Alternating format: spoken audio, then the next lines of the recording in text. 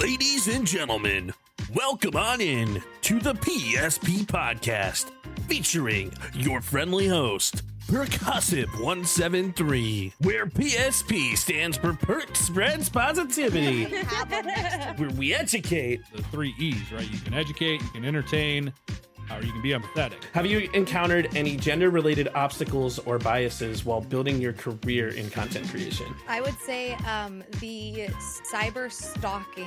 By bringing in the best of the best. But hanging out on stream and like experiencing things in the moment with people, it was so fun. And I started it one day, I never stopped. There's a few streamers as well who are always open to sharing all the cool things that they've discovered on their stream. Post everywhere, post often, and do it your own way. And have fun. And have fun and be yourself. Fun. Have fun, honestly. Like that, I love that so much because it's so true. Like, if you like the content you're making, like if you're watching it and you like it, you're not the only person. From fitness to establish a new habit or a routine, what is your message to them? Start with less than you think you need. Too fitting. Would love to get some tips and tricks of the trade on like how you kind of do things in the cosplay field. Yeah, I'd love to go into that, especially because like I've done a little bit of everything, right? So I've made some costumes, I've bought some costumes, I have my friends' old costumes, I've commissioned costumes, I like craft all kinds of things, but also I wear things. Like there's a whole smorgasbord of I do a little bit of everything when it comes to cosplay. To VTubing and animation, this is something that I may want to get into. How should they start? Ooh, I think everyone should start on YouTube. I think YouTube is going to be your best place for launching metrics that creators should be paying attention to, in my opinion. Yeah. But I think, and like specifically with like VTubing, I think it's, I think all of that is like kind of like the difficulty level is like bumped up to like expert. And our goal at the PSP Podcast is to educate and inspire aspiring creators. And we are super excited for this week's episode, and we can't wait to see you there. So let's have a freaking party! Ladies and gentlemen, welcome on in. My name is Perc 173, and welcome back to another exciting episode of the PSP Podcast, where Perc spreads positivity, and this is where we vibe out, where we laugh a little, and where we shine our light as on creators that are just doing their thing. And today I am extremely hyped because we have ChillinWithDev in the building, and ChillinWithDev is a goofy, down-to-earth streamer, and she is super welcoming and super awesome, and she's part of the Twitch Women's Guild and the Pride Guild, and she's all about spreading positivity, community building, and keeping it real on stream. And this episode is all about the tech side of streaming, and I could not be more excited to have Dev join us today. So Dev, how are you? I'm great. Thank you so much for asking, and thank you so much for having me. I'm really excited to be here. I'm really excited to have you here and like kind of dive into the world of streaming. So I don't know how much you know about the PSP Podcast, but this podcast is dedicated to new, aspiring, and growing creators who want to make an impact on the streaming world in any way that they know how. And I'm really excited to bring in people who are established and are killing it and just doing everything that they do every day to share their story and their journey to maybe help inspire or some of the aspiring creators. So I think that's so awesome. Thank you. So why don't we tell the streamers who are new here or that might be seeing the podcast on our Spotify a little bit about you? Hi, so I'm ChillinWithDev, but you can just call me Dev. I'm a full-time variety streamer on Twitch. I'm also a mom and a partner. I've been streaming for about four years and some change now. Being a variety streamer is tough, but it works for me. My chat has graciously diagnosed me with ADHD, and I think it's pretty clear if you ever come into chat that that's probably true. So variety is where my heart is at. It means that we do anything from makeup, talking, crafting, cleaning my room. I know, boring, but people seem to like it, to playing all kinds of different games that people recommend to me. It's where my heart's at, and I really love what I do. And like your streams are genuinely just so awesome to be around, and like I'm a lurker in the majority of people's streams because I'm also ADHD, but I'm also a drummer, and I'm used to multitasking and doing a million things at once. So whenever I'm in your stream, I try to at least like initially make myself known. And then I just kind of work and like watch the magic, and like you always have this really positive like mindset with kind of every game that you play or like whatever you're doing on stream, and it's really cool to see and be around. Thank you. That's so kind, because course. there are definitely moments where I'm sitting in the chair thinking, oh my God, they're going to realize that I'm not having fun. Oh my gosh, they're going to realize that I'm tired or something. So that means a lot. Thank you. That's kind of like the whole side of streaming though, is like a lot of people don't really realize that like we might be tired or we might have to put on a mask for the day. And I think it's just a really cool thing to see. But like the stuff that you put out, like the energy that you put out, it's just amazing vibes, and it's just really cool. And it's one of the big reasons why I wanted to bring you on and talk a little bit about tech and talk a little bit about streaming. It's for some of the newer creators. So awesome. I'm so excited. Yeah. And what made you hit the go live button for the first time? What was your decision that put you into streaming? Yeah. So it was 2021, but everyone was still feeling the effects of the pandemic and everything, right? So I was currently in real estate, not enjoying it.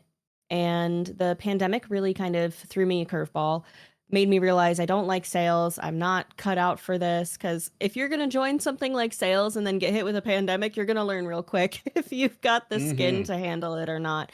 I did not, and that's okay. My boyfriend bought himself Animal Crossing New Horizons. Didn't like Animal it. Crossing. Told me to play. It became my entire identity for half of 2020 and the beginning half of 2021. And then I got into YouTube trying to find different people's videos on what they were doing on their islands. And a few of them were like, yeah, and if you want to catch me live, I'm on Twitch. And I was like, oh, what's this? And it all just kind of went from there. I looked at the website. I saw people streaming all kinds of games, music, just talking, makeup, other interesting forms of content. But I thought I think I could do this. Like, this looks fun. I'm creative. I like meeting new people. I also was feeling really isolated at the time. I think everyone was after the pandemic. Friendships didn't survive. The whole world kind of changed the way that it works. So yeah, I was inspired and I wanted to try something new. My work life wasn't fulfilling me, and I never thought it would become what it is today, but I'm very happy that I went live. And I can speak for everyone. We're also very glad that you went live as well, because like a lot of times when people visit other streamers, they love seeing people just having fun and being themselves, and like it's a really cool thing to kind of witness and see, because like from a viewership perspective, we love getting to watch people having fun so we can spread some positivity in our lives as well. For me, I actually went live because I don't think I've actually ever told why I went live on the podcast, so I think I'm going to. Oh, please share. So originally I went live, I was a viewer for the longest time. Through the pandemic, before the pandemic, I used to watch streamers and content creators and different styles of content. And I just enjoyed like how the content in general just made me feel, because the world of content is just such a vast thing, and it could be literally anything that you put forward, because in my mind, content is something that is consumed. So I decided to hit the go live button because I'm sitting here sharing my Call of Duty gameplay before Warzone even hit, and like people were like, dude, you're so hilarious, like your clapbacks are so funny in COD, like why don't you just go live, why don't you clip it and like just post it on the internet? And I'm like, maybe. And then eventually my friend Terrell, we were in the Discord, he went live on his own Twitch, and he said, instead, I'm going to highlight you because you're so hilarious, and put my face on his Twitch. And then ever since then, like we did that like 2 or 3 times. I decided to make Percussive 173, and my goal is just have fun, be myself, spread positivity. And I've never imagined thinking I'd be talking to super established like Twitch and Kick creators in the manner of which I am. And the transition from COD into podcasting is a whole different thing. I never thought I would be here. So yeah, that's a big dynamic change, but I love how you started out and how you were encouraged. I think being encouraged by friends, even if they're just online friends or personal friends, is huge and really helps build a sense of confidence and validity because it is scary. You're live and you don't know who's going to show up. You don't know if you're going to say the wrong thing or how to act sometimes, but having that, even that small amount of support is huge. And see, even when I met you for the first time, I said the wrong thing. So when I first, so I met you for like one of the first times, and I saw one of your tweets, right? You were having an issue inside of your Discord. So I decided to enter your chat, and I was like, you know what? I'm going to offer help. And I didn't realize at that point in time that I was breaking one of the unknown cardinal rules of streaming and content, which was like offering unsolicited advice to other streamers. I learned from my mistake, but I mean, like, firstly, hopefully I wasn't too harsh. No, you were great. And you were exactly as I expected you should be, because I just want to apologize for that. But I think this is a really awesome segue to talk about like how to handle yourself in the world of streaming after you hit the go live button. So what do you think are some unknown streaming rules when you're in somebody else's stream? As a viewer? Yeah. And especially as a viewer, as a streamer, I tell my chat and I tell my friends that I know I'm a bad backseater, which is ironic because I have a pretty strict no backseating rule in my own chat. We have safe words, we have specific cues and questions that I'll ask. But for the most part, nobody wants a game to be spoiled. True. And I don't mind help, but it's when there's certain ways to ask questions. So I know I can be a bit of a backseater in other people's chats, but I've gotten better at like holding my tongue, catching the vibe of, is anyone else backseating? Like, what's going on here? But otherwise, as a viewer and a streamer watching another streamer, it can be really hard to find that good dynamic, especially if you don't have a closely established relationship with that streamer, if you're just hopping in for the first time. Now, me speaking from my own experience, I've had good luck hopping into either a friend's stream or another person's stream that I don't even know that well. And if they're having a tech issue, I'll say, hey, I have a suggestion. Are you taking help? So asking before just giving is a great way to test the water, dip your toe in, see what's okay. And it also shows that you're willing to respect any boundary depending on what their response is. SW advice. I typically get good feedback when I start offering tech advice after asking. But sometimes if they respond and say, you know what, no, I have my resident techie mod, or no, I think I've got it under control, respect it, back away. And if you think it's going to be hard for you to hold your tongue, go hang out in someone else's stream for a little bit and just keep their tab open. But it's always better to ask in any scenario, whether it's tech related, gaming advice, whatever. It's always better to ask before just like blurting out your opinion, because some streamers might not have, they might be a little they might not have confidence in that particular field, and it might make them really uncomfortable to try and handle a situation like that live. Absolutely. And it brings up a huge point, like just a life advice too, where like consent is one of the most important things. Yes. And like being able to respect that consent that can always be like revoked at any point in time is such an important thing to talk about. And like that, it's when you're going into other streamers chats, it's always the most important thing is to respect the rules that they have in their chat and respect the moderators. Yes. And just be that viewer. Like some people like myself, I love it when you talk about your streams in my stream. Like I want to hear what you did. I want to hear what you're doing. And like some other creators are not like that. They're completely different. So it's like it's a reading the room mentality and understanding that. So I just think it's really cool. Yeah, and I think it also can go sometimes a little beyond reading the room. I'm definitely, my room is sometimes a little hard to read, if I'm being honest, I know as the streamer for viewers. I'm open to helping streamers with their streaming issues, specifically when they're tech related, but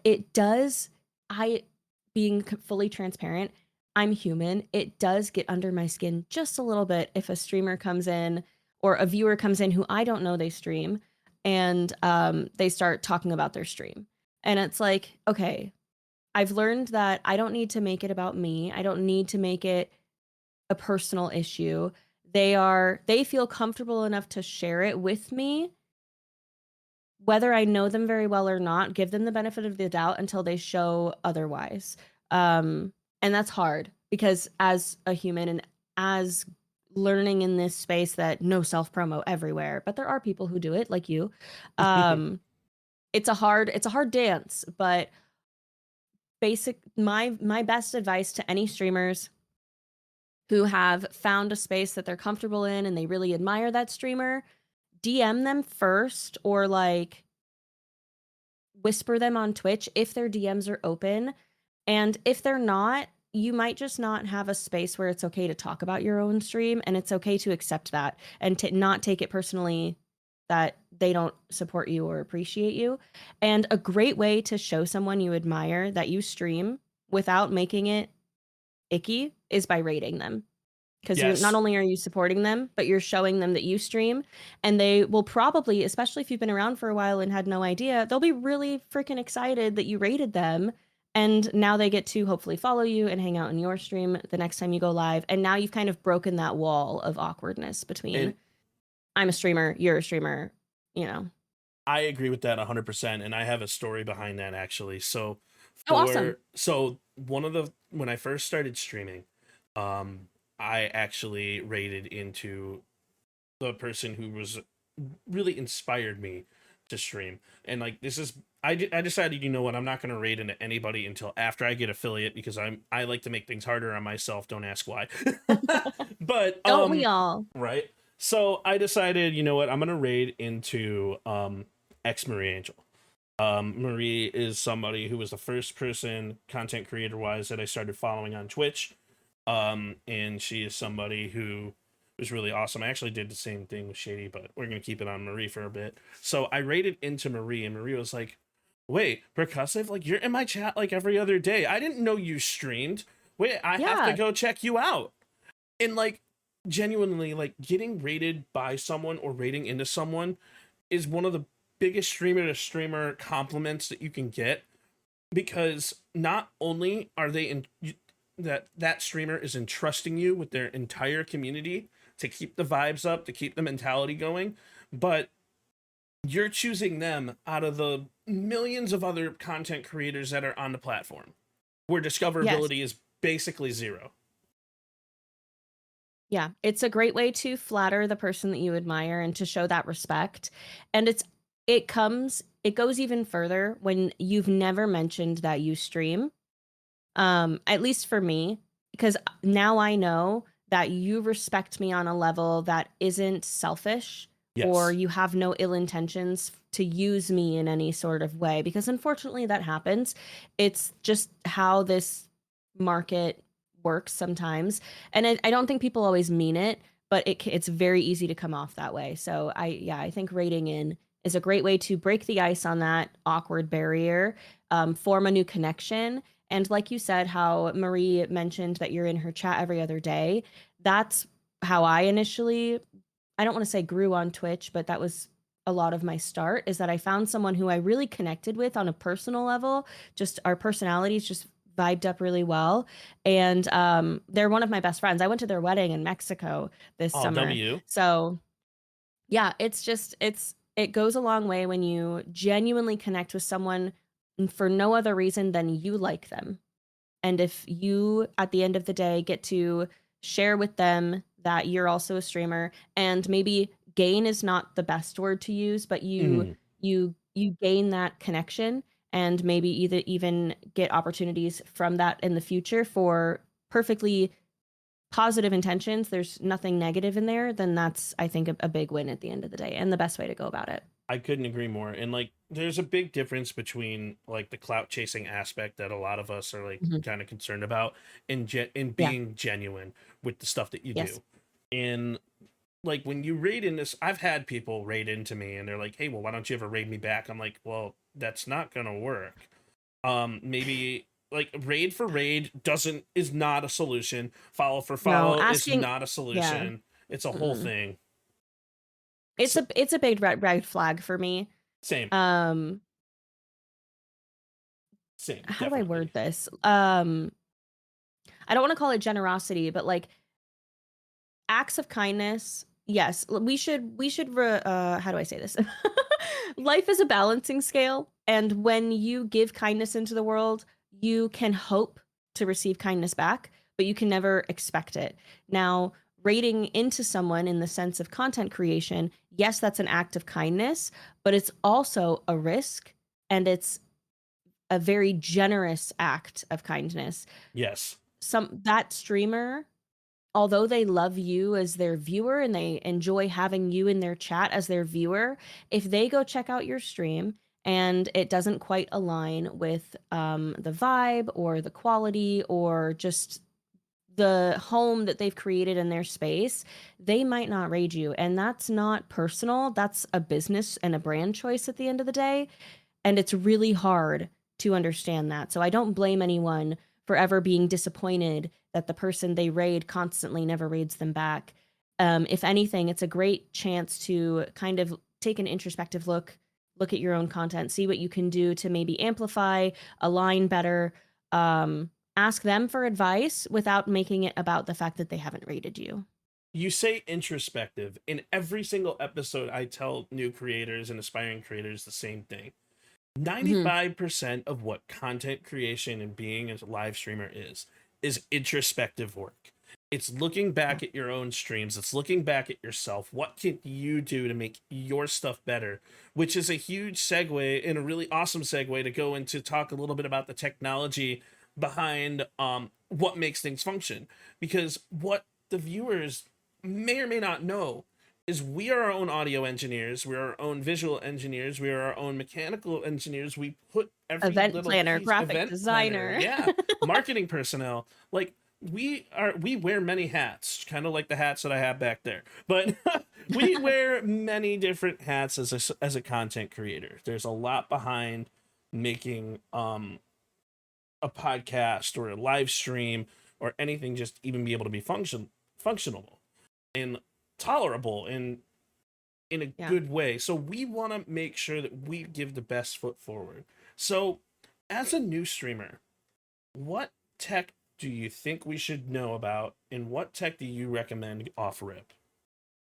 Okay, so kind of like you mentioned earlier about rating Marie, that you didn't want to rate anyone until you were affiliated because you just enjoy making things harder for yourself.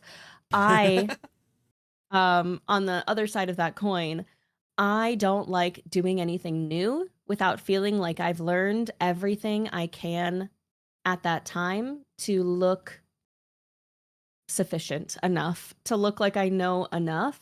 It's something I struggle with in many ways, but in a lot of ways, it's actually pretty beneficial. It can help with getting a new job. It can help with going live for the first time. So when I first discovered Twitch, it was probably April. I didn't go live until July 1st. So in that time, I was going through numerous phases of planning. And the first phase was, am I actually going to do this? Once I figured out that the answer to that question was yes, I went into full educational mode. I learned everything I could from YouTube.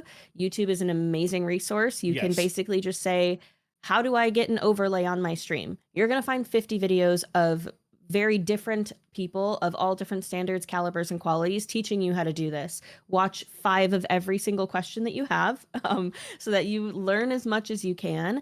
And then you're going to have a layer of confidence added to the first time you stream, feeling like you actually know what you're doing. You're going to know your broadcast software. You're going to know your sound setup. When it comes to purchasing tech, you don't need to spend the biggest amount of money. Like, you don't need to buy the biggest thing. You don't need to buy the most expensive thing just to start. I started with a setup that was, I had a nice camera, but I had purchased it years prior. But I could easily start with a setup that's less than $200, excluding the computer. And that you're good to go.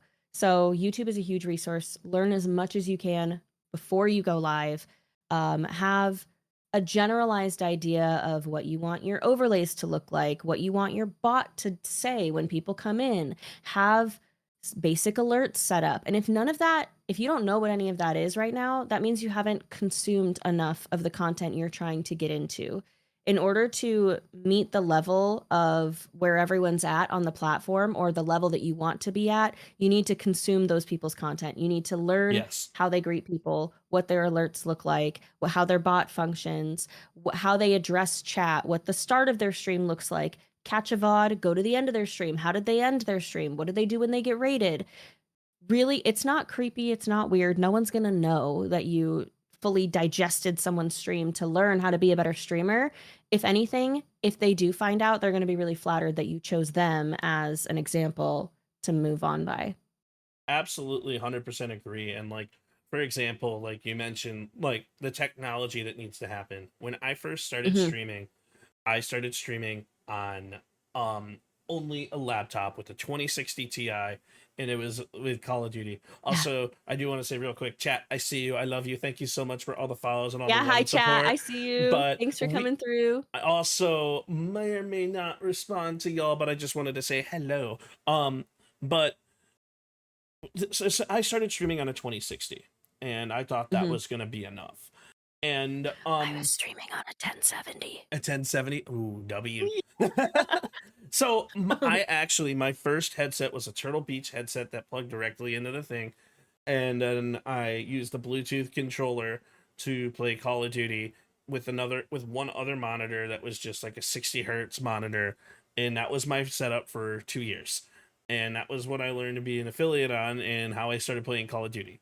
So you don't need to have the highest end tech. Now I decided to invest in my technology, and I now have 2 computers. Actually, technically I have a 3-stream setup. If you ever come by my stream, or 3 PC setup. I have a computer that runs my peripherals solely, so it takes the pressure and ohmage off of it. That's my old 2060. I still use it. If it works, I'm going to use it. I have a 5070 Ti that I use to run my Call of Duty, and then I have a 4060 Ti that I use to actually stream. So I'm taking pressure off because it is so difficult. And we talk about bots and stuff and like chat bots. Like I was watching Steffi Evans stream for a while, actually, and also the Only Shady stream, and they all had these different like commands, and I didn't even know what to do. So I didn't even know what Nightbot was at the time. And eventually I saw someone do !PP, which you can do in my chat, and it was a random number generator that tells you the size of your PP. Yep. And I've got one. Yeah. And Botrix is broken. I've got a command in my chat just to clarify. Also, that's the funniest thing ever. If someone does !PP and then the random number generator with Botrix is like random 0 to 15. Yep. So tech doesn't always work, but literally learning how to do that. I watched a video on how to do that, and then I decided to turn it into !FMK. And these are just things that you're playing around with in Nightbot and watching people. So it was actually Cat Liente that I saw a video on. I love Cat. And that we used to be able to like make different style of chatbot commands in Nightbot commands. And then I saw going down the line recently, Queen with Manda used TangiaBot, right? And I decided to implement Tangia on my stream because now someone can do a cheese slap. You can't on this scene because I took all that stuff off. But and now you can literally like throw tortillas at someone's face, or you can throw it's just funny, goofy stuff that you can do to interact with chat. There's so much out there. There's so much out there. And it brings up the question, what is something that you do to help interact with chat? What tools do you bring into the table? So I rely pretty heavily on my bot. If people subscribe to my channel, they have access to different sounds. And I first learned this from someone who no longer streams, unfortunately, but they were a very inspiring streamer at the time. And they allowed their subscribers to have access to sound commands. And they even made it so that when you subscribe at a certain tier, you get to request your own sound command. I have that implemented in a way with marathon streams for the rest of the year, or for the following year, they get to have a sound command if they reached a certain level of contributing to the marathon stream. But my bot is pretty heavy on allowing chat to interact with the stream. I have a channel point redemption where they can do a dramatic zoom on my face, and can I cuss? Yo, absolutely. Go for it. The little fuckers like to zoom in on me when I'm writing on the board. And of course, my backside is facing the camera. So they like to interact with the bot a lot. And I would say my bot of choice is Firebot. It's up there with Really? Mix It Up Bot and StreamerBot. It's free to use. I really like the UI. Writing this down. It's a really good option. I tried using Mix It Up Bot a few times, and I see the appeal and I understand why people love it, but the UI just didn't work for my brain.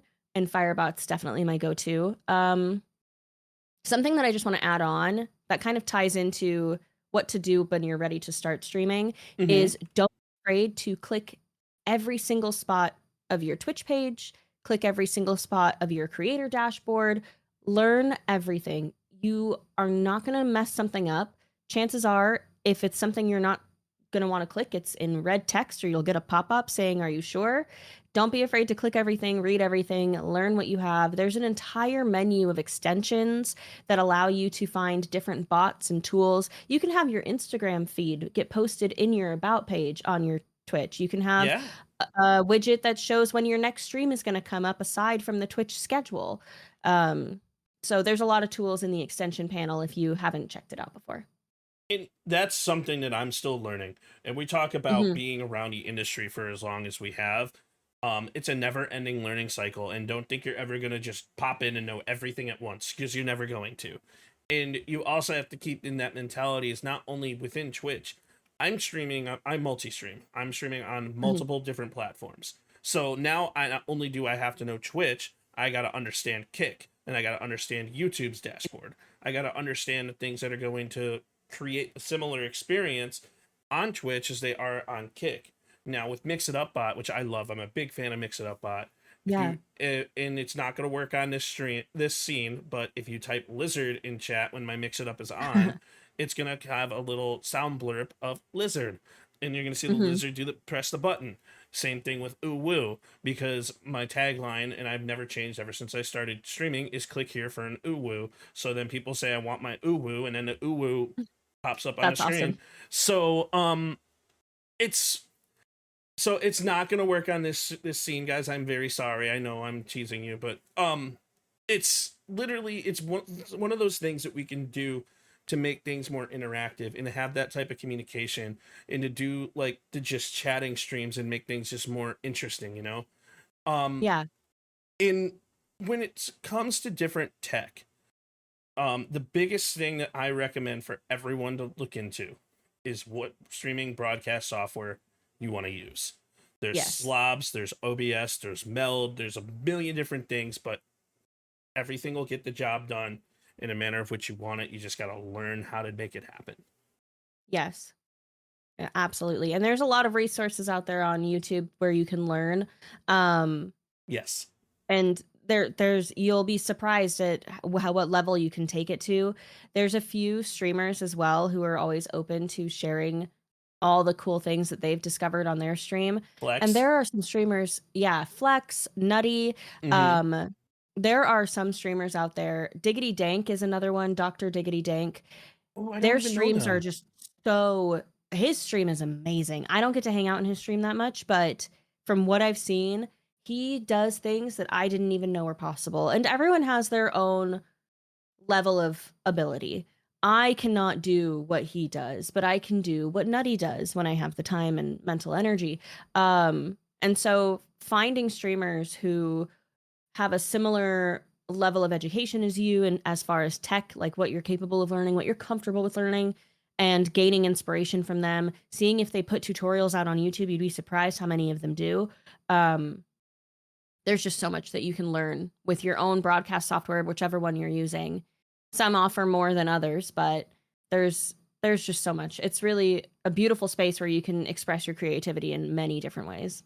There's a bunch of different things that you can do within your audio in visual stuff, especially within OBS. I use Wavelength, and I learned a lot about SFX, so I can turn myself into a demon or turn myself into a kid. I hope those are the right ones.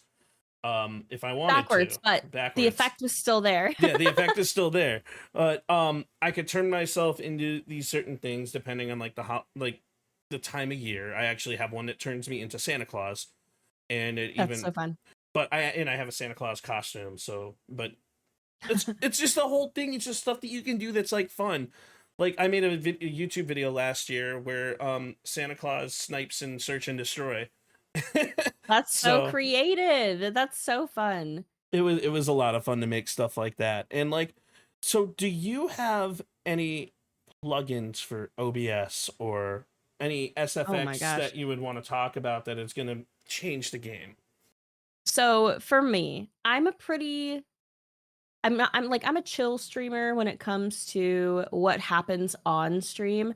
I get overstimulated pretty easily. I'm also a little bit of a control freak. So hey, that's a good thing though. I don't have too many things that chat can do to stream, but as far as plugins in OBS, mine are more aesthetically based or like fun event related. So I have 5 plugins that I use on a regular basis. The first one is going to be source clone or source copy. This is only if you use nested scenes. So if you have multiple cameras, if you like to use your cameras in different places or different ways, if you have tons of different scenes for different types of things, you can copy your sources without affecting the original source. So that's a really big one. I also use OBS blur. So I think it's called composite blur. That is an amazing one as well. On my stream overlay, I have my game slightly shrunk down and off to one side with my camera off to the other side so that it doesn't overlap a lot of the game. It overlaps maybe like 2% of the game, which is great in my opinion. And then behind that, instead of having something black or super bright and colorful, it's just a blurred out version of the gameplay. So it's really immersive and kind of creates this like tunnel vision effect so that the game is easier to focus on for the viewer. So composite blur is amazing. Shader filter has a huge list of things you can use. You can have like a pulsing effect. You can have a rainbow effect. You can create a spotlight. You can create fire so it looks like you're in hell. Like there's so many things you can do with shader filter. And I think that's 1, 2, 3. There's a few others that I use, but those are the 3 that I definitely use for every single stream. I also love using things like source clone now. However, I found a web version. We're using it currently. I use video for that. I will create a solo session for myself that no one has an invite link to, and you can just copy different browser sources and then just name them something different. So you can take things and you can change things. That's so smart. Yeah, so like I can literally have the How is that on your RAM and CPU usage, having those browser sources? So I mentioned before I have a 3 PC setup. So I actually run VDO on my 3rd PC. The peripheral one? Yeah, the peripheral one. Okay. Today is a little different. I'm actually running a control room on my main PC so I can actually see you in front of me. But typically I'll run VDO on my 3rd PC that sits right to the left here. Right here. But it's something that I can use to change specific scenes or do specific changes, and like it's really cool and it's really fun. And like there's so many different styles of technology that you can implement into things. And one of the ones that I love to use is distro AV and or NDI. In order for me to even hear you, Dev, because I have my because of the way Call of Duty is, I have to have my headset in my gaming PC. But Discord, I'm in the call on my streaming PC with my mic that is direct feed into my streaming PC OBS. So, but when we get into a multi-stream setup, this is going to get really confusing, and I don't want to confuse all the new streamers. But I actually send... Yeah, this is advanced stuff, so... This is super advanced. So Don't run away, it's fine. I will take the Discord voice chat auxiliary, send it via NDI from streaming PC to my gaming PC, just so that I'm able to have that feedback in OBS using output and monitor so that you can see me, so that you can hear me. Yeah. And this is an advanced thing. Like looking into a dual PC setup is definitely there's a million It's a different whole new YouTube world. videos. I haven't taken that venture yet. I'm considering it. I'm a tech But yeah, nerd, and it's I will offer to help because I love helping people with tech. yeah. Yeah, I've had a few friends that have graduated to the dual PC setup, and I've seen their struggle, but I've also seen the benefits of having a 2 PC setup. With any advancement, there's going to be setbacks. Absolutely. That's just the wave of learning, unfortunately. But yeah, they're nice for a reason.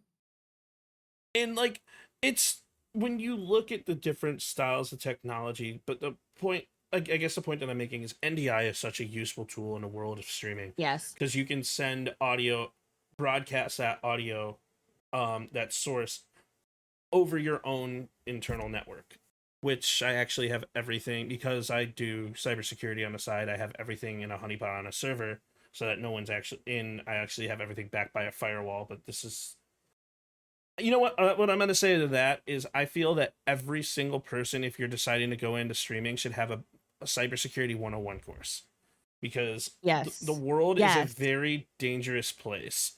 You got to be Oh, yeah. able to learn multi-factor authentication. You got to learn how to protect your stuff, and be able to identify what a phishing email is, because we get phishing emails a lot. Yeah, But I try to post any big red flag emails that I feel like could be just going out to anybody and everybody on Twitter, being like, streamers, don't do this. Watch Yeah. out for this. And even if it ends up being legit, I'm not afraid to post about it on Twitter because one, they're probably not going to see it. And two, if they do, maybe they'll learn that they need to up the professionalism a little bit so it doesn't look like a red flag. absolutely. I actually have a streamer friend who's been streaming for years, and they got their computer taken over from them while they were live. And it's because people will, like, we all use Discord. Yes. I would say 99.9% of streamers use Discord for themselves, for their own community, or to be in other people's communities.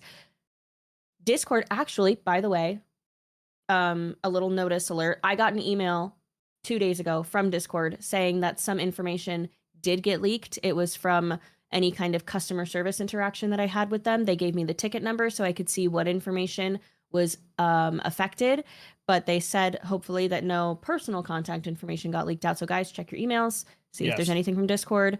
But a lot of the time, these attacks happen through either your email, which you often put on your Twitter or your handles in your bio, or through Discord. And unfortunately, as much as we all love Discord, it has weak points. And this particular friend of mine clicked on a well-known community member's DM, and they sent them a link. And they figured, oh, this is my friend. It's fine. I'm just going to click on the link. And within minutes, their computer was taken over. The person knew where they lived. They had their banking information, and it was terrifying. And thankfully, it happened while they were live, and the person ended up giving them everything back at no cost. But it's terrifying. It's so scary. One of the tips that I have for a lot of people when it comes to cybersecurity style stuff: use a password manager, but never log into your password manager. Here's why. One of my friends who's I don't use one of those. I should, okay. though. So it's okay, you don't have to. But so I have a password manager that's locked behind another password manager that has all of my passwords in. So you have to. Right. It's an internalized 2-step authentication. It not a whole lot of people are going to be able to figure out. And one of my friends actually was logged into LastPass before LastPass had their data breach back in 2023. And they ended up losing a bunch of information. They ended up losing all the money in their bank account because everything was inside of LastPass.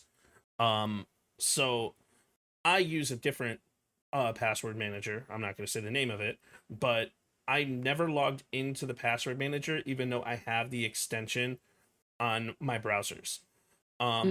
So what that's going to do is it's going to prevent somebody from being able to take my password information or the stuff that I have on my computer if they even have access to the computer. So this is kind of where I talk about cybersecurity 101. Like, if you ever get an email, you want to make sure that you never click on a link, you always hover over it because there's this thing called JavaScript that will run when the initialization of any web page happens. And that JavaScript could have a code in there that says, hey, we're going to go ahead and take the cached credentials of this particular person, and then they're going to try to scan for every single password. We're going to record the step-by-step log of everything that we do and then send it back via a text file to the source or home computer. There's a lot that can be done. It is. But my goal is not to scare people. It's just to kind of keep the eyes open. It's to inform, and it's good to understand just what kind of risks can come from being on the internet. I know when I first started streaming and I had my tip link in chat where people could say !tip and it shows my PayPal, it was my first and last name. And it was like that for so many months that I just said, screw it. It is what it is. I've since changed it, I think. But since I was in real estate, it would be really easy for someone to put my first and last name in Google and get my phone number and get my address. And it was scary and frustrating, but it was a mistake that was already made. Thankfully, nothing has come from it. And it's just really important to check everything, because although there are plenty of resources, like we mentioned on YouTube, to learn how to do these things, sometimes they're outdated. So a touch on that is look for videos within the last 2 years, if not within the last year, if possible. A lot of instructions for how to set up your PayPal for a tip link are very confusing, and it's easy to mess it up because once you mess it up, you can't change stuff. So check all of your options before you select one and see which one's going to be the safest. Use Reddit for people's opinions a lot of the time. Take it with a grain of salt, of course. But there's so many scary ways for things to go wrong, but there are so many amazing tools that you can use to help protect yourself. And it's another reason why you should not allow links in your chat, because anybody can come into your stream at any time. They don't have to know you. They don't even have to be a real person. Someone can just pay to have a bot of 100 different usernames post a link in 1,000 streams a day, and that link will give them access to everything. And so it's really important to not let people post random links in chat as well, because not just to protect yourself, but to protect your community and the people who are in your stream. So there are a couple tools that I use chat-wise that help with that. One of them being SiriBot. SiriBot has been one of my favorite things that Twitch has added, and I really hope they're able to integrate with the API on Kick soon. But SiriBot is really awesome for that. Another tool, no, Siri, I'm not talking to you. My phone lit up. Go away. But the other one is like Frosty tools. Not from a security perspective, but I love the ability for Frosty tools to interact with chat. So if someone raids me, it automatically shouts them out. Streams. Dude, Frosty tools is epic. And plus they have this thing called VOD Hunter, which will literally automatically clip the stuff for you, and then it will tell you, it'll literally send you to the exact point in the VOD of where this happened. And if you have a recording that starts at the same time as stream like I do, that has the whole thing, it's just now I have super high quality recordings that I just clipped without, with nothing. Yes. So it's super awesome. Frosty Tools is really cool. I didn't know they had that clipping feature. I know of a few companies who have come up with this automatic clipping feature, but having it also be a bot in your chat that does more than just monitor the clips is really cool. And the Frosty Tools responses are so well crafted, and it's one of the really fun ways that you can integrate or AI into stream. I know AI is a touchy subject for a lot of people, but there are so many fun things that can be done with it that are completely innocent and only amplify not necessarily your content, but what it means to be in your community. And it just they're really fun. Every time I raid someone who has Frosty Tools, I'm blown away and absolutely amazed, and I think it's a great tool. AI tools are really useful if they're utilized in the right way. And with the evolving aspect of AI in the use case of the world, you have to find ways to take AI and use it to your advantage. So one of the questions in chat that I'm actually really curious, or that I would love to talk about, they said, my niece is starting to stream soon. Any tools or tips she should start with at the very beginning, and you'd love to pass any info on. So my biggest tip for anybody to start streaming, and this is actually one of the questions I had on my docket, but I was going to talk about it later, but since it's here now, my biggest tip to anybody who's wanting to start streaming is just be yourself, be authentically you, and just have fun. Yes. And that's something that a lot of people forget about. But oh yeah, be authentically and you. When you first start, there's so many ways you can go about doing this. So I have a few nuggets of information that I'm going to try to dish out. Sure. Yes, be authentically you, be yourself, have fun. Always stay true to who you are. Don't try to be something that you're not, or something that you think you need to be, because that's going to wear you down mentally, physically. People are going to see it. It's going to be hard to uphold in the different areas of your online life. So definitely don't stray away from your core true self. On top of that, though, it's okay to find inspiration through other streamers that you enjoy watching. So definitely look at what they do, how they do it, what do you like from them, and rather than comparing yourself to them, think about, okay, from what I know of their lifestyle, does it match me? Are they also a college student? Are they also young, living at home, or getting ready to go off to college for the first time? Great. That means that their work ethic might be able to align with mine. For me, I'm a mom. There's not a lot of moms. There are a lot of mom streamers, but it's hard to find ones that are as busy as I might be. And so everyone's going to have their different journey. Don't get discouraged if someone's journey looks different than yours. Don't measure your success with someone else's ruler. You have your own ruler. It's going to go your way. It's hard to accept sometimes, but that's just the way it is. And lastly, like we mentioned earlier, so you might want to show your niece this whole podcast, utilizing YouTube. Any question you have and going to YouTube or Reddit to learn the techie side of things, because there is a lot to learn, is an amazing resource. There's one other thing that I want to add before anybody wanting to start streaming. So everyone will tell you, oh, go hit the live button. My response is hold the phone. Let's think about it. So if have a bit of a plan. Well, my thing is post content first. And the reason why I say that is the Twitch, Kick, YouTube, like wherever it is, well, YouTube has amazing discoverability, but these live streaming platforms don't have great discoverability. And it's always been that way. It's why people who just start streaming, it's so difficult for them to be able to be put on somebody's FYP. Like, for example, when I log into Twitch and they show me like the recommended page, they show me people who I watch first or who I've watched before. Like it'll be like, or people you follow. Like, we think you might like this stream. Really? Is it because I follow them? Well, I'd like to see someone new. It's like, why is Steffi Evans always first on my list? It's because, well, I'm in her stream almost every time. Because you've clocked 100 hours in her stream. Like over 100 hours in her stream. And it's like, it's stuff like that. It's like there's very limited discoverability when it comes to being put on someone's platform. YouTube is a very different thing about that. But my recommendation is to go live but off live, and record content that you think is going to be funny, that's going to showcase your personality, and that's going to showcase what you want to be known as a content creator or a streamer. Because it's the other platforms, the other content that you put forward, that's going to allow people to see who you are. Like, Dev had no idea who I was.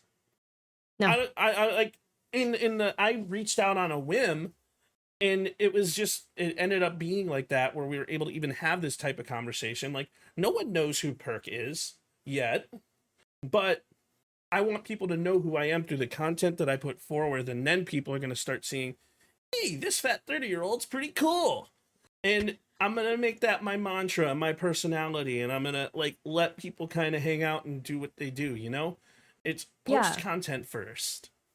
Definitely. Yes. And if you still want to go live and because I didn't post content first. I went I'm going to go live. Instead, I went the networking route where I made connections and friends first. There's so many different ways to start streaming. Yes. No one is better than the other, except for don't go into a bunch of people's chats and say, I'm about to start streaming. Don't do that. Don't do that. You will burn your bridge before you've even found the river.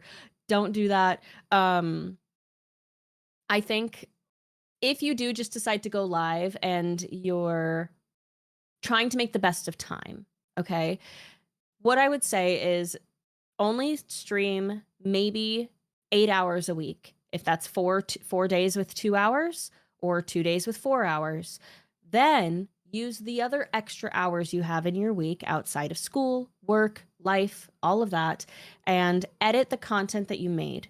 And if you find that you have nothing worth editing, okay, maybe stop going live for a week or two. Digest and intake as many different streamers and content creators that you can, and learn how to be a better content creator.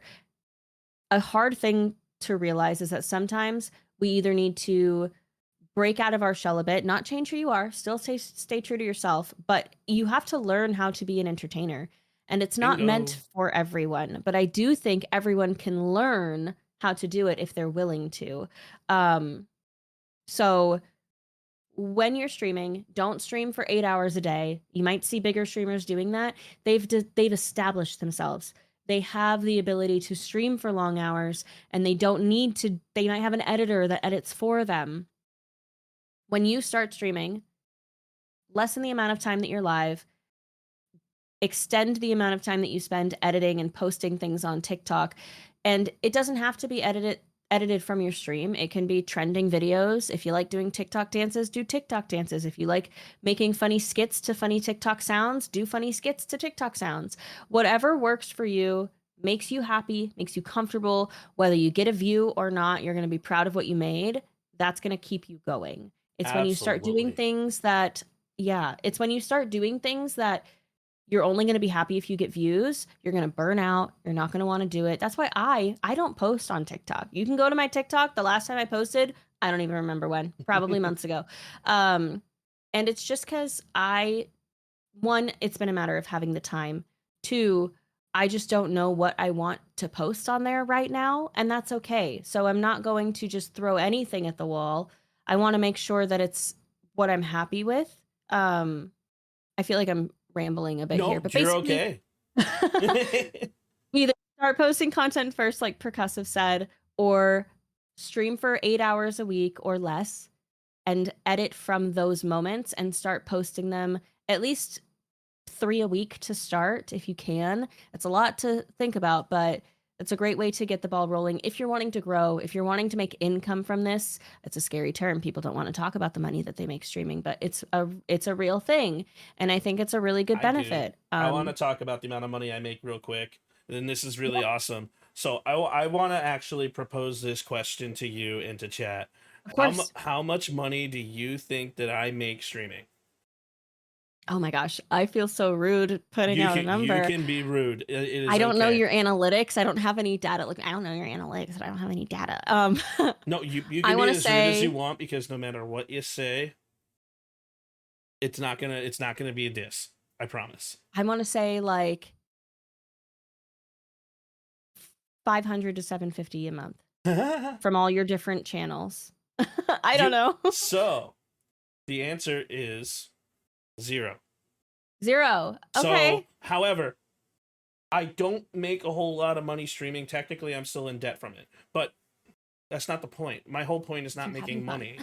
I'm having fun. I'm getting to communicate to people. I'm getting to talk to people. There is only one journey in the world of streaming, and it is what you make of it as a creator. You really, before you ever hit the live button, you want to think of what your goal is. If your goal is to make money, all right, start posting content, get yourself monetized on every single platform, start making TikTok ads. There's a specific route that you need to take. Exactly. If your goal is to do the route that I'm trying to do, which is just to make a positive impact and like actually make genuine connections and talk to people, I'm in a different boat. I hate saying it like this because a lot of people will be like, oh yeah, he's just some cliche little douche. And I'm like, but it's not that. It's not about the amount of money that I make. It's not about the subs. It's not about that type of stuff. Like, sure, when Jess came on my podcast, someone gifted me 5 subs. I haven't had a 5 bomb gifted on me in since my birthday stream in July. So, but it's not about the money that comes forward for me. It's about the vibes. It's about the entertainment. It's about the communication. Yeah. It's about literally giving the people who join my podcast a genuine, wholesome experience. So that's my goal. Yes. And I had a fun little visual pop into my head. Mm-hmm. When you get ready to start streaming, you're driving in your car and you're pulling up to a parking lot. I live in Arizona. We have a lot of hiking. You pull up to the parking lot and you're ready to go on a hike, and there's a big mountain in front of you. It's vast, it's wide, it's tall, it's got small hills and big hills. There's a big peak in the middle. There's, let's say, 10 different trailheads that you can pick. Some are going to be easier than others. Some are going to be more challenging. Some are going to take a lot longer. Some are going to go up and down. And depending on what your goal is, which hill you want to be at the top of, whether that's making positive connections and making an impact regardless of income, becoming famous, being one of the top 5 streamers and making a shit ton of money, or paying my bills and having fun. If those are the 3 peaks that you can choose from, you're going to end up selecting a route at the beginning to try and get you there. Those routes are going to cross over. They're going to intertwine. You're going to come into forks. You're going to switch routes depending on how your journey's going so far. Just be open to taking positive feedback and constructive criticism. And like we said earlier, look in on your own work and be ready to change and accept that you have no idea what you're doing when you start. You can't possibly have all the answers. There's going to be a time for growth and change. Absolutely. And another thing that you got to understand on that journey is to not block the path, another path accidentally. Don't close any doors. Don't let the tree fall and stop you from going in a different direction because you want to keep the path open for you to be able to change routes and to do certain things. Because there might be a need for you to take the route of going to make a whole bunch of money, or maybe I blow up and then all of a sudden I'm like, oh cool, now I'm like queso size, which is I wanted to make a joke there, but I don't want to be rude. I love queso. I love queso. I'm a large individual. I was gonna make a large joke, but I feel like that'll get tagged in queso stream. But anyways, jokes aside, maybe I'll be queso size, and then like all of a sudden, like now I'm on a completely different level. There's different tiers that are undefined in streaming, and one of the most important things that I can tell anybody who is wanting to go into content is don't put yourself in a box. Don't let yourself be defined by a tier. Don't label yourself as a small streamer because you're already going to give yourself a defeatist mentality. Leave all doors open.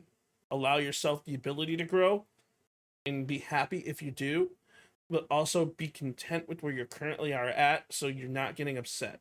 The only analytics that I ever pay attention to, I never have my viewer count on. I will never know how many people are in chat. I only pay attention to the viewer analytics when the stream is over, because I want to know what I said to cause people to either leave or to cause people to join. Yes. So yeah, and I think that's a really good thing. I, for the longest time, did not have my viewer count on. I started streaming with my viewer count on, found out really quickly, and no, I don't like that. We're gonna turn it off. It forces me to get into a mental space that I don't enjoy, and it's not beneficial to me, and it doesn't make me a better streamer, so I turn it off. For a little bit, I started looking at my view count again, got that feeling again, turned it off. Now, I don't have my view count in my OBS monitor, because that's the one I look at the most. I do have my view count, though, in my bot, but I don't look at my bot anywhere near as much. So if I'm feeling like, okay, stream's going well, or stream feels a little slow, let's see how many people are here, just to kind of quiet my mind a little bit, give myself some reasoning or validation as to what I might be picking up on. And then I also look at my analytics, not after every single stream, but I try at least once a week to be like, okay, how did this day go? How did this day go? This game, these raids, this moment. And honestly, I wouldn't put any weight into watching your live view count, especially with recent changes that have been made to the way Twitch watches viewers and counts viewers. That's a whole other tangent, and I don't think we want to. I don't know if you want to uncover that on this. We can definitely uncover that if you want. There's a lot behind it, and a lot is unproven. So that's something to think Keyword. about. There's a lot that's unproven. When you read something on Twitter, that doesn't mean it is what it is. It means that we don't work in corporate Twitch. We're not in the corporate office. We don't know why or how things work, and whether they make sense is up to our discretion, but not our rule. So the live view count I have witnessed myself in streams that I mod for have been way off. I've also witnessed that someone can get rated by 100 people, and it sits at, especially on Twitch Mobile, it'll sit at 30 people for an hour until you back out and refresh. So a lot of it doesn't make sense. I wouldn't put any weight into it. Just watch the analytics after your stream is over, or better yet, the following day before or after you stream. So sometimes it does take a few hours for the analytics to fully sink in. I posted on Twitter a few weeks ago, kind of yelling at the void, saying, Twitch, how am I supposed to know if I'm growing if my 3 different pages of analytics, it was stream summary, overview, and I think my revenue page, and all 3 of them had a different viewer average by at least 5 to 10 people. And I was like, what the fuck? How am I supposed to know what to look at? So wait a couple hours to look at the numbers, let them sink in.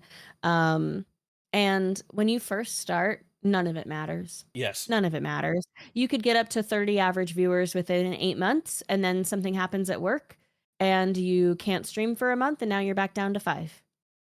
It happens. You don't have to worry about it when you first start, not until you've decided to make it a career, or depending on what peak you decided you want to climb to. It all depends. It doesn't always matter. It all depends on what you want from it. And you have to think about what your end goal is. To be completely honest and straightforward with everyone, my end goal is to literally be playing Call of Duty, and then to say something funny, and then to have chat interact with me. That's all I want from streaming, because it's going to make things more fun when I call somebody like some goofy thing in COD, right? Because everybody who plays Call of Duty is super angry. And my goal is to say something so stupid and so funny that it just makes them laugh, and it changes the entire vibe of it. I love that. And being able to say like, oh my God, I can't believe you said that. And then have chat be like, oh my God, that's hilarious. That's my goal. I just want to make somebody smile.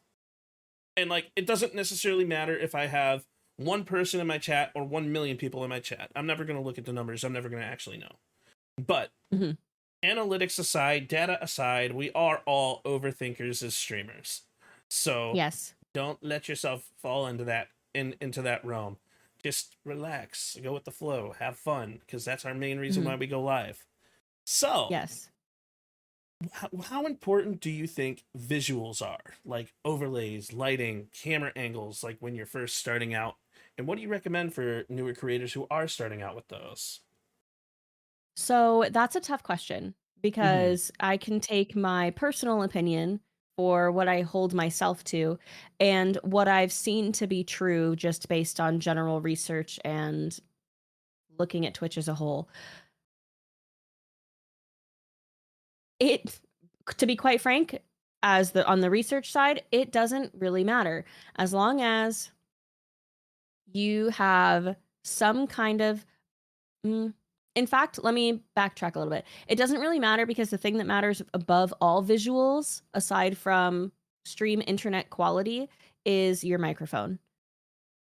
If you don't have a good microphone, it's going to be hard for people to listen to you.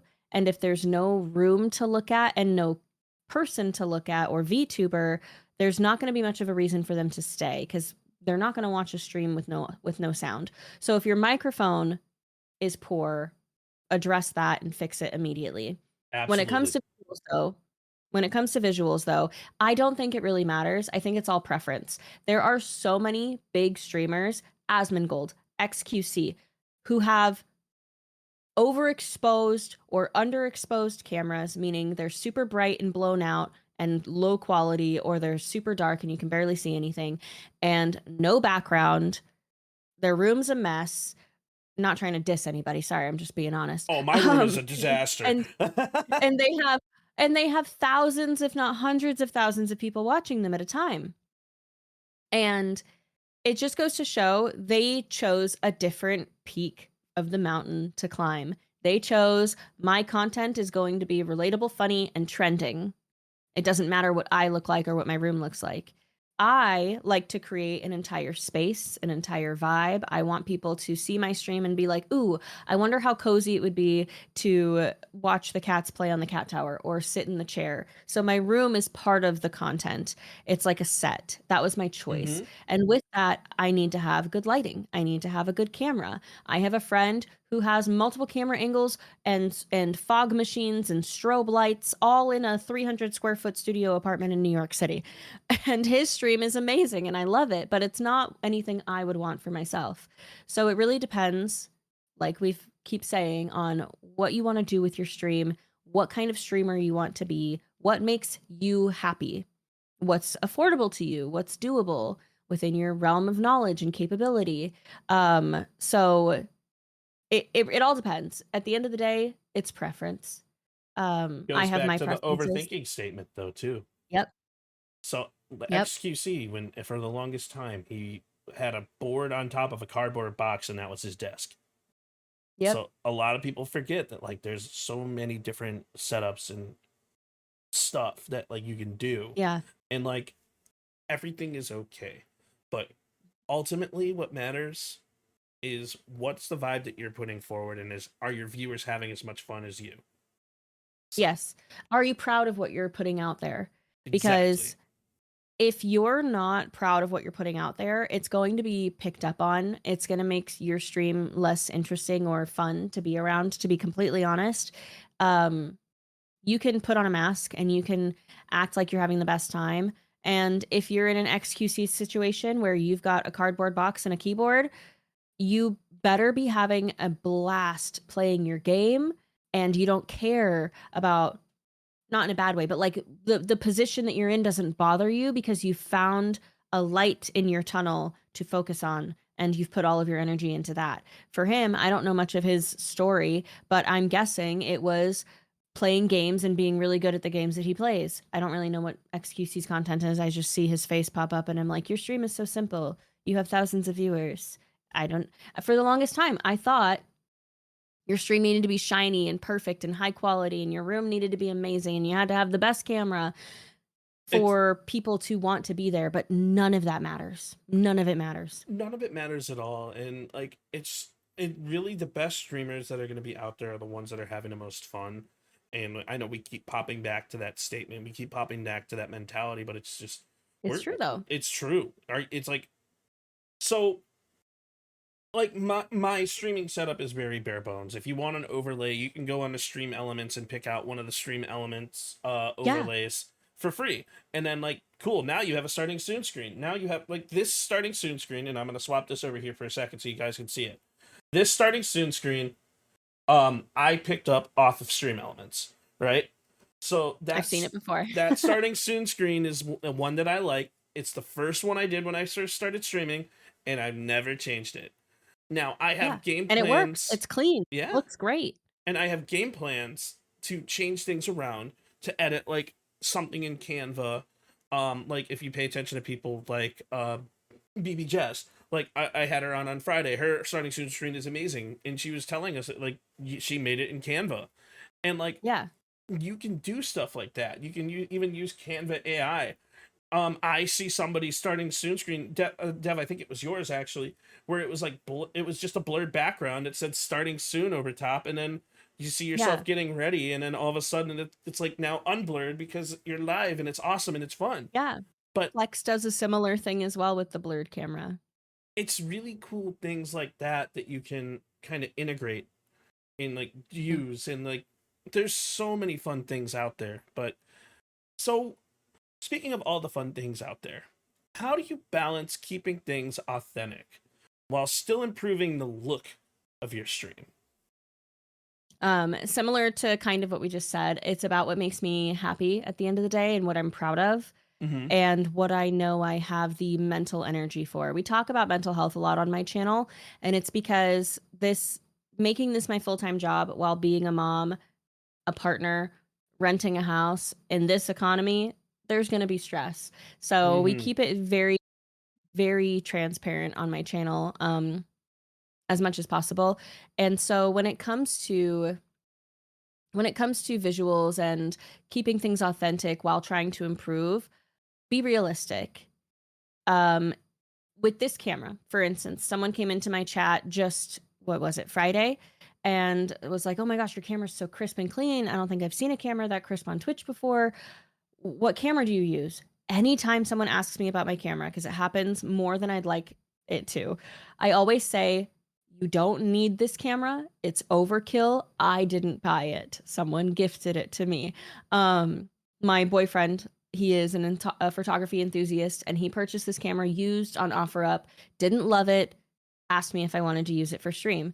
It is overkill. It's beautiful, but it was $2,000 bought new if he had bought it new. It's too much money to invest, especially for a new streamer, and you don't need it. It's all about what kind of content you're putting out there. So yes, I love my camera, but I had to learn over the last year, really, and kind of throughout my whole journey, that the quality of my stream does not define how good of a content creator I am, but I tend to fall back on that a lot. It's one of my flaws, I guess you can say, is that I sometimes think, okay, people aren't coming to my stream, or I had a slow week or something because I had to switch to my webcam for a year because my camera wasn't working. That was actually the year that my numbers really went up. It didn't matter that I switched to a webcam versus my mirrorless camera. So it's not about how much money you spent into it. It's about, did you plan out your stream today? Do you know what game you're playing? Are you excited about the game you're playing? Is the game performing well on Twitch if you care about views? And are you in a good mental space today? If you're not in a good mental space and you don't think you're going to be entertaining, maybe consider not going live that day. True. And just be honest with your community and say, I'm not in it. I don't want to go live today. I go live a lot of the time when I'm not having a good mental day because streaming makes me feel better. If that doesn't work for you, don't hurt the experience for chat to come to your stream if you're not in a space to handle it. So remaining authentic while trying to improve your stream, it all comes back to, what am I going to be proud of? How can I realistically view this as, okay, here's my budget, here's my tech ability. How can I make this work so that I'm proud of it? And if you're stuck in a place where you see someone stream like BB Jess or Poop Witch or Nutty or someone who has a crazy amazing stream, and you just don't think that you can achieve that, stop wishing for it. You're putting yourself in a position where you're never going to find success and you're never going to be happy. Accepting that is a position you can't get to is okay, and it's nothing against you. It doesn't make you a lesser person. It just means you need to find a different streamer that you can connect with on ability, budget, lifestyle, and take inspiration from them instead. And that's been a hard thing for me to realize as well. Remember the full circle comment that we keep coming to when we talk about overthinking, right? Yes. Overthinking falls into that line of comparing yourself to others. As a streamer, don't. I'm never going to be Dev. I'm never going to be as awesome as Dev. I'm never going to be as awesome as BB Jess. I'm never going to be XQC. I'm going to be Perc. And that's when we keep saying the authenticity aspect and like the overthinking aspect. The biggest mistake that I see newer creators have is they overthink and they compare themselves to the popular streamers that they admire. The moment you do that is the moment you're going to put yourself in a defeatist mentality and a negative mindset, and you're going to start calling yourself a small streamer, and you're going to start blaming everybody except for yourself for your reason why you're not growing, if you're not growing. So it's a whole mindset that you have to keep in mind, that just remember the bare bones, remember the basics. Every time you go live, just have fun and be there for your community, and you're just going to start growing whether you want to or not. Yeah. So exactly. And I'm very bad at comparing myself to others. And I do it in a way where I'm not thinking that they're the reason why I'm not growing. It's always, what can I do to grow like them? Yes. And over this past year, I've had to really take because it's only natural to compare yourself to other people, especially depending on which route you're going. If you're going to grow and make an income, you're going to have to learn from other people. It's not going to be just figuring it out on your own. You're going to have to take inspiration from other people. That doesn't mean copy them. It means see what they're doing, see how it works, and how can you apply it authentically to yourself. Bingo. In doing so, there is a level of comparison. It's natural, it's inevitable. What you do with that comparison is what matters. And for me, for the longest time, I was comparing in a way where I was thinking, well, I can't do what they do because I'm a mom and I value my time with my kid, and I don't want to stream the way they stream as far as time frame, days, times of day. Or like there's this idea that streaming at night has better benefits than streaming during the day. There's some data to back that up, but really it depends on how you stream. And so I don't stream at night. It's bad on my mental health. It doesn't fit in with my lifestyle. I stream during the day. It's hard. It's hard to stream during the day. So what did I do?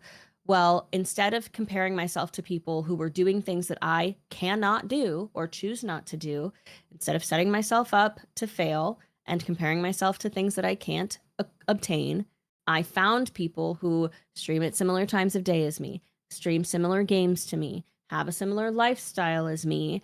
And it's easier to compare yourself to something that's not setting you up for failure, because I can achieve that if I choose to. Yes. So it's okay to compare, but it's how you compare, essentially. I if could that's not the agree route you more. need to go. I couldn't agree more, because like you have to be able to give yourself some relevances of like self-positivity with everything that you do too, so that you keep yourself in a mindset where you're wanting to grow and you're wanting to do this. So one of the things that I love, that I want to talk about, especially since it's a tech stream, every single stream that everyone does is going to have tech issues. So At some point. So my question to you is, how do you handle tech issues? Because you guys may or may not see it. I'm sure Deb probably notices because I keep looking up and to the left, but I'm actually currently having tech issues, but I'm resolving them right away. So how do you handle tech issues when they occur? So because I'm an overthinker and I don't think I have the best poker face, because I wouldn't have known that you had tech issues, I tend to say, just a sec, guys, something's not working, or just a sec, why is that not working? And I think out loud, which allows me to start or potentially start a conversation of other techie people in chat, asking questions about how I do things. And I'm very open about how my stream runs, how it works, what I use. But sometimes there's small little tech issues, or like, let's say I'm super picky on the way my stream looks. I remember earlier I said I'm a bit of a control freak. If I have like a piece of text on my screen and it's covering up this light, I know I need to move it over there. And I'll just do that silently to myself real quick. And sure, chat will see it, but I don't point it out. Other bigger tech issues, I am pretty open to accepting help when I ask for help. I am pretty comfortable with my setup. I know a lot about my setup and I'm pretty comfortable with fixing things on the go. But there's things that I don't know how to fix, and there's sometimes big issues. I think it was the beginning of this year or maybe last year. I think it was the beginning of this year. I had huge tech issues and I had to wipe my PC and basically start from scratch and rebuild everything. And I saved as much as I could, but at the end of the day, sometimes it's better to just start from scratch and hopefully you erase the issues that were causing problems. So when handling tech issues live on stream, I'm pretty open about it. I tell chat that I'm experiencing something and I try to fix it, because that's just easier for me. I'm an anxious overthinker, and if I do anything other than be honest, it's only going to make it worse. So, however, sometimes there are other issues that I don't feel I need to talk about and I can just fix real quick. And I'll do the same if it's not in like a podcast format. But so for my tech issues that I'm currently going through, it has everything to do with internet. It's something that's fully out of my control. So, but one of the things that I learned, and this actually kind of ties into things, when you're trying to diagnose a connection issue, there are certain computer-related commands that you're able to run, like a system file checker scan, SFC/scan now. You can run that, and it'll automatically scan your Windows files integrity server folder, and then it'll be able to automatically fix. And that's what I did to resolve the internet issues that I currently have. And yes, you can do that midstream, but there are certain things that you can do to kind of keep the show rolling. And as a creator, I kind of view my stream as like a show. And I want to try to put forth the most incredible show that I can. So, like, I'll be able to do certain things in the back end with or without people knowing it to try to resolve certain tech issues. But if there is something I don't know, I will 100% ask out. I will 100% reach out, because one time I was working in OBS and my OBS would never run. It was for 2 to 3 weeks straight, and I almost completely stopped streaming until I realized that one of the OBS updates actually deprecated the NVIDIA encoder and made you choose a new one. So I had to go into OBS, into settings, into stream and recording, and choose a different encoder. That was actually the new version of the NVENC encoder for the stream. And that saved everything. There's so many little things that can go wrong. But once you learn it, and once it causes a massive impact and you're able to fix it, you're never going to forget it. Yeah, exactly. And that's why, again, go to YouTube, ask questions on YouTube, see if you can figure it out. Go to Reddit, see if you can figure it out. There's also a really cool way where if your OBS keeps having a consistent issue every time you stream, you can copy the log file link and actually get the log file analyzed. And OBS will at least tell you, like, hey, these are concerning. Hey, this might be the problem. It's not always a fix. It's not always the right answer, but you can at least get a look at how compatible is my OBS setup, and OBS will analyze and show you what might be causing a problem. That's another reason why I like Stream with Meld. So there's a whole bunch of different streaming platforms that we kind of discussed about, Meld being one of those where they have their own data analyzer for you. Like when you're using Meld, you'll see the stream, where it's going, where it's connecting to, the audio direction that things are going. It'll show you the bit rate that things are running to. And then you can just kind of see how things are in live action and be able to diagnose and fix any issues that might be happening. Or you can switch it to a different encoder middle of the stream and swap things out while you fix the old encoder, and then put it back to the old encoder. There's really cool little tips and tricks, because Meld's one of those streaming platforms that's made by streamers for streamers. And it's just really cool to kind of look at some of the stuff like that and the different technological aspects out there. So everyone's going to deal with tech issues. Everyone's going to deal with different styles of text. Everyone has a different way of doing things, but we keep circling back to being awesome at streaming means that it's authentic. You're authentic and true to yourself. So what is your goal with your community or future creators that we should take away from Dev's journey? So my personal journey, I think, has stayed pretty true despite the different changes. When I first started streaming, it was just to have fun outside of my everyday life, something to escape to. And I think that idea still stays true, though the rest of the picture has evolved a bit. My stream for my viewers is a place for them to escape, to know that they will not be judged, that they can be their authentic self, that they can have a good time, that they're going to be in the presence of someone who's there also just trying to have a good time. And whether we're gaming or talking or baking or painting, whatever we're doing, we're just there to enjoy each other's company. Of course, I still want to be a good creator, and I still like playing games, and I love doing things that I know my community will enjoy. But despite going from part-time as a hobby to full-time income and career, it still stays true to, this is a space that we've created around ourselves and who we are, to be who we are, with nothing but positivity and a good time. So that's for me what my journey has been about. When it comes to new streamers, it's going to take time to figure out what that is, but really look back in on yourself and remember the reason why you wanted to start streaming in the first place. Yes. If the first thought that came to your head when you saw someone on stream was they have 5,000 people watching them, you're going to need to take a route that gets you there. Yes. That's not my route. If your first thought was someone just dropped $100 in their chat, I could really use that.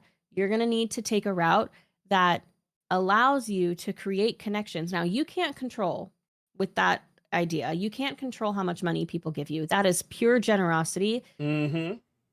But if you're a decent person and you have fun ways for people to contribute to you where they get something out of it, like a marathon stream and you put a pie in your face, or you have to get a hot tub in your room and wear a silly outfit, whatever it is, as long as you're capable and it makes you happy, there's going to be different ways for you to achieve whatever that initial spark of interest was for you. And for me, my initial spark of interest was I can show how much I love gaming and the games that I like and just be my little weird self, and people are going to like that.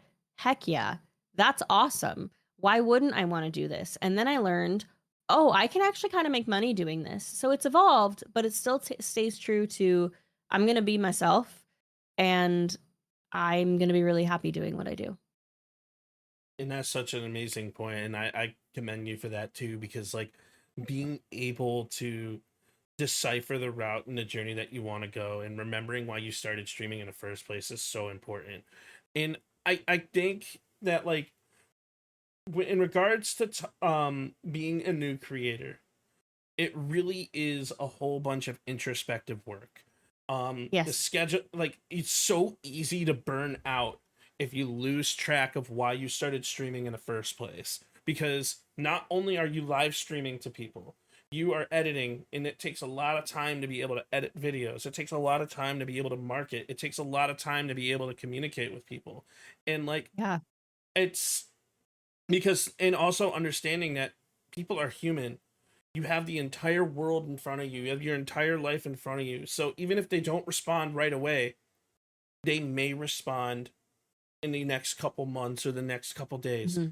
Don't rush people. Don't force things. Just go with the flow, Yeah. Go with the flow and have fun. So what final words, Dev, would you like to give to any new and aspiring creators? For anyone who's looking to start streaming, I think we've said it a ton of times today, but just be yourself at the end of the day. And if that's a version of yourself where, I've always loved doing improv, but I made fun of it in high school, but it's where my heart is at, do improv. Do improv on Twitch. It can go so far, and you will find so many other people who also love improv. If your heart is in crochet or building houses in The Sims, or you have this dream of getting a 360 no-scope shot in COD, do it. Whatever makes you happy, strive for it, as long as it continues to make you happy. The second you find yourself doing something where going live causes any kind of emotion other than excitement and wonder and inspiration and happiness, you need to look in and think, okay, what has happened in the last few days? What has happened in the last few months? What changed? Is the game I'm playing run by different developers now and it sucks? Have I been a little loose with some of my rules in chat and there's people in my stream that I just don't like? That happens. It happens. We don't have to like every viewer. So just be aware, be honest with yourself, hold yourself accountable, keep an open mind, and be willing to learn. A great way to achieve all of this is having a bit of a journal. I've tried journaling on my own, but instead I do more of like a mental journal where after each stream, I try to reflect on the high points, the low points if there were some, and what I can do next stream, what I'm looking for next time. And your time is precious. Your voice is precious. Don't let anyone else take it from you, and continue to do what makes you happy. Honestly, I couldn't agree more. And like I say, 95% of what all of us streamers do is introspective work, learning from everything that we do and making ourselves better. And remember, because Dev made a huge point here, if you truly want something, you will do everything in your power to make it happen, because that is the goal and that is what you want. And there's only one journey. So ladies and gentlemen, if you're a new and aspiring content creator, own your journey and have fun and be yourself, because that's what this podcast is all about. 100%. Dev, thank you so much for joining me today. And that's going to do it for today's episode of the PSP Podcast. And Dev is an amazing person. And Band Fam, if you are not following Dev, get your booty cheeks over there. Go give her a follow. You can click on the link that I have in the profile. You can literally click on that and follow her. Go check out her streams. I truly appreciate everything that you said, and you definitely made an impact not only on me, but about everybody who's going to watch this podcast. Dev, you're an amazing person, and thank you. Thank you so much for joining me. Thank you so much for having me. It was an honor to be here. Like I said before we even went live, podcasts are so special because they let streamers share a side of themselves that they don't always get to share on stream. So thank you for believing in me and for finding me through my Discord troubles. I really appreciate you. I appreciate you as well.